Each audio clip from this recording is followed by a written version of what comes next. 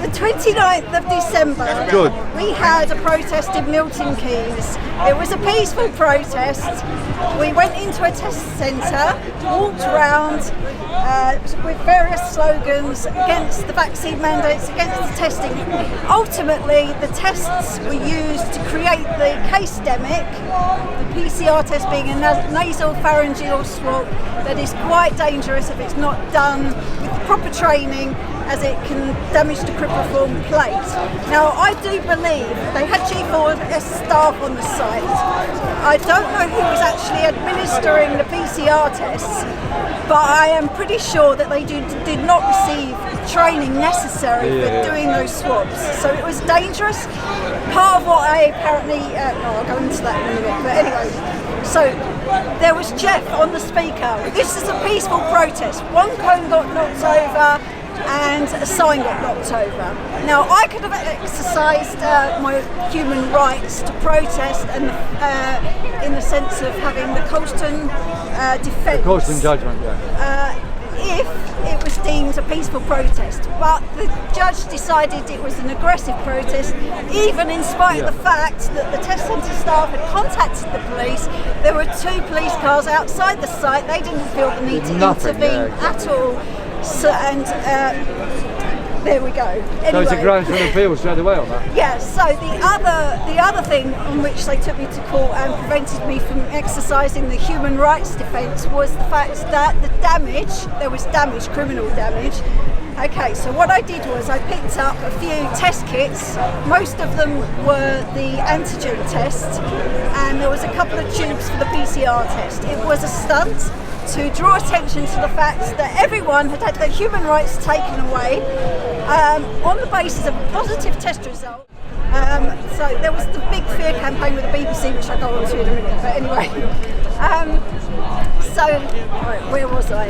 Okay, yeah, so they decided that this, which I threw in the bin, damage not been damaged, is over £500 worth of damage. What does the photograph show, sorry? So it's components of the antigen test and the PCR test. Okay, that was put in the recycling bin. They were double wrapped and they were in sterile conditions still when they went in the completely recycling bin reusable. and when they came out of the recycling bin. So, but because of the G4S protocols, that if you take that kind of medical equipment anywhere else in the site that they shouldn't be, it's damage. Okay. Now, there was, they had a guy from, the Health, Department of Health Finances. He gave evidence in court.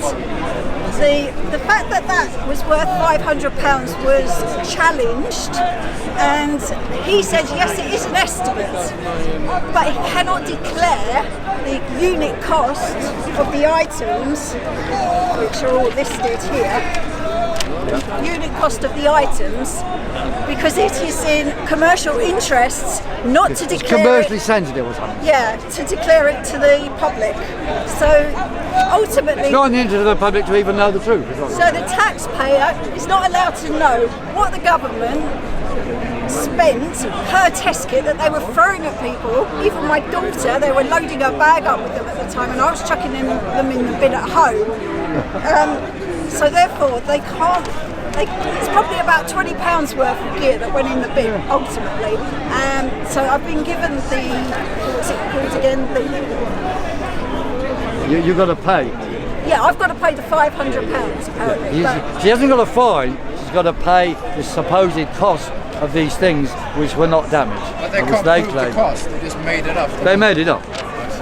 But if we have an appeal, they're going to be scuppered. They will not release the information, they will not release the exact cost of a test kit. So how did they arrive at £500? An estimation. So they order this stuff in bulk. It costs nothing, pennies.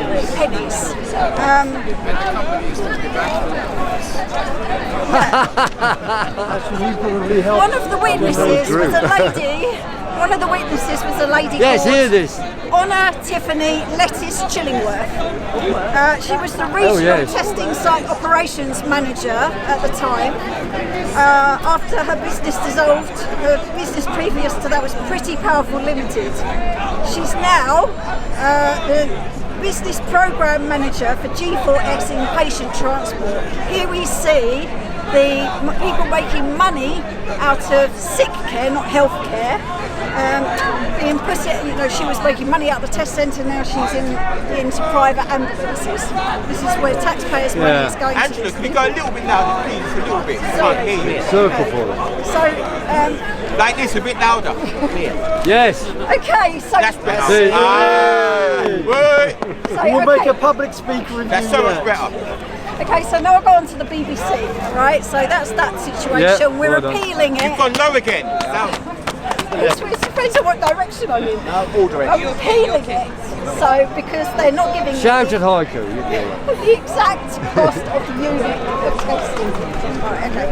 Yes. And I'm Louder. not prepared to be guilty of something where there was medical fraud. They shut down the country. They took away people's human rights. I am not guilty, and I will show contempt of court. You're a fantastic speaker, but you need to be louder. You're fantastic. I can't. Can he be your agent? Now, with regards to the BBC, that was a sort of sole action. It was triggered by my anger about the earthquake that took place in Syria and on the border of North Syria and Turkey. They were calling out for money. The BBC was calling out for money to help people who had been affected by the earthquake. Now, people were buried under the rubble in North Syria for ages. There was no aid getting through. They didn't even allow the because aid. The insurgent sort of the parts of Syria where you have the insurgents running the area were not allowing the aid to come through.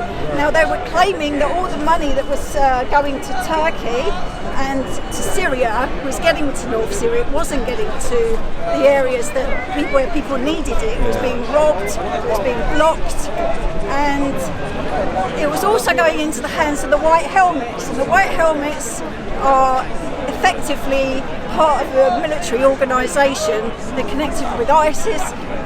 They've been used to fabricate the lies that Assad was attacking his own people.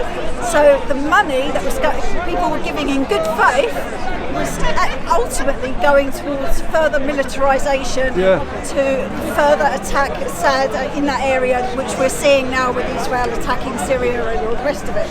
Okay, so what's happening now? Okay, so that was what triggered me to put blood on your hands on the BBC window. But effectively it was about the vaccine as well. They were about being safe and effective for pregnant women and all the rest of it. They would not allow any debate about the vaccine, and they even shut down online accounts. They were not debate the climate emergency. Yeah, they shut down online. They were not debate vaccines. I know Robert F. Kennedy is doing a lawsuit against the BBC, saying that they were working with big tech firms to shut down people who were speaking out against the COVID narrative at the time. So essentially, to me, they do not exercise impartiality. They do not. Take down the BBC! Take down the BBC! Take down the BBC! They do not go by their regulations, that they are neutral, impartial, that they speak in public interest. They don't. They are an extension of MI5 to manipulate the people, to serve the corporate interests, and MI6 in terms of instigating colour revolutions through BBC Media Action in other countries. So they do have blood on their hands, and I will not back down from my BBC, position blood on your hands. They are guilty, not me, for trying to get that message across. Three. Okay, the last So when is it going to be, the case?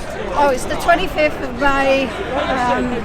It's a Thursday. Thursday the 25th of May. London, Westminster Magistrates. Westminster Magistrates Court, 10 10 a.m. Thursday 25th of May. 9:30 for 10 actually. 9:30 for 10, Thursday the 25th of May. No, important. Advised of the likely Support the women, take down the Corner BBC. Angela, huh? Hooray! All right, the last thing I wanted to speak about is the indoctrination of our children. Now, I have a son who was in primary school when... This is really scary. My son was in...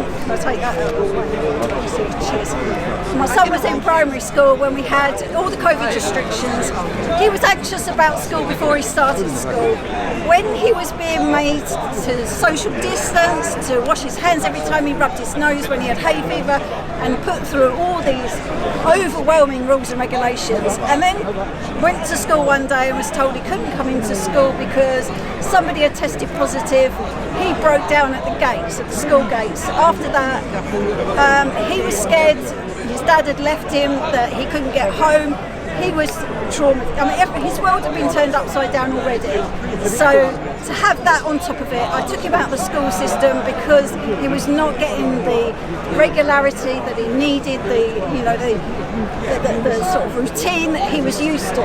So I've had him out of school for 2 years, but it's been tough because... Yes.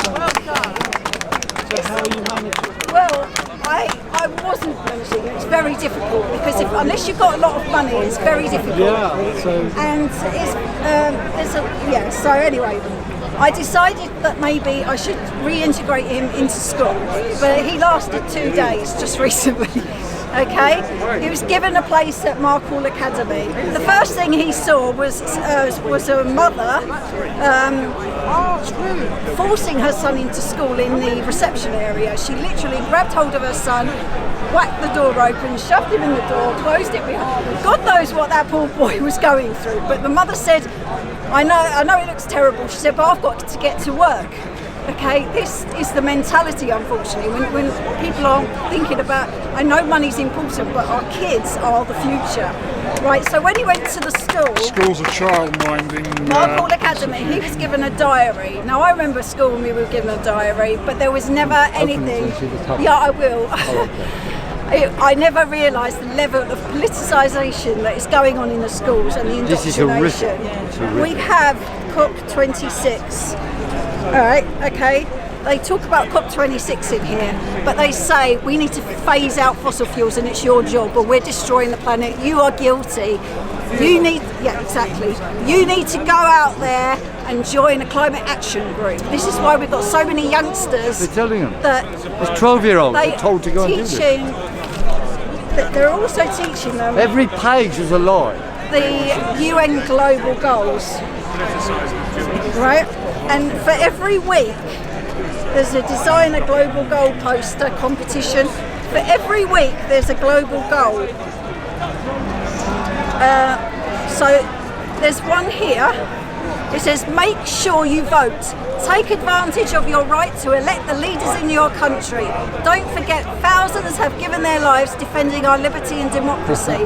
Are we living in a democracy? No. When I go out and vote, does that account for anything? So, It's about as China in its own way. yeah. I mean, this is North Korea. North Korea. Right? Who produces this? This is by an academy called BMAT Academy. They've got a lot of schools in our area and other areas as well. I think this is everywhere. And Every school will have Yeah, right well. at the back, Well, we should go and demonstrate against it. right at the back, we have the normalisation of mental health. Okay, it's not society that's sick; it's you, and it's normal. And this is how you try and deal with it. And how they recommend they deal with it is by downloading an app. Not talking to somebody, not doing human You feeling things. upset? No. It's promoted by STEM4 and Boomerang. Okay, worried about self-harm. It's almost putting them into that kind of thinking. And then it says download the STEM for Calm Harm app. Angela, does it have QR code as well to check? No, I Not don't yet. think so, no, but it It will will, do. it will, Yeah. it will. So this is the indoctrination. This is, children are our future. If they get our children, then then that we really are buggered, basically. It's the BBC. We are living in North Korea essentially. But Yes. people don't want to face that fact. Okay. That's it. Well, thank you very much. Ladies and gentlemen. That was brilliant. Sorry about the noise.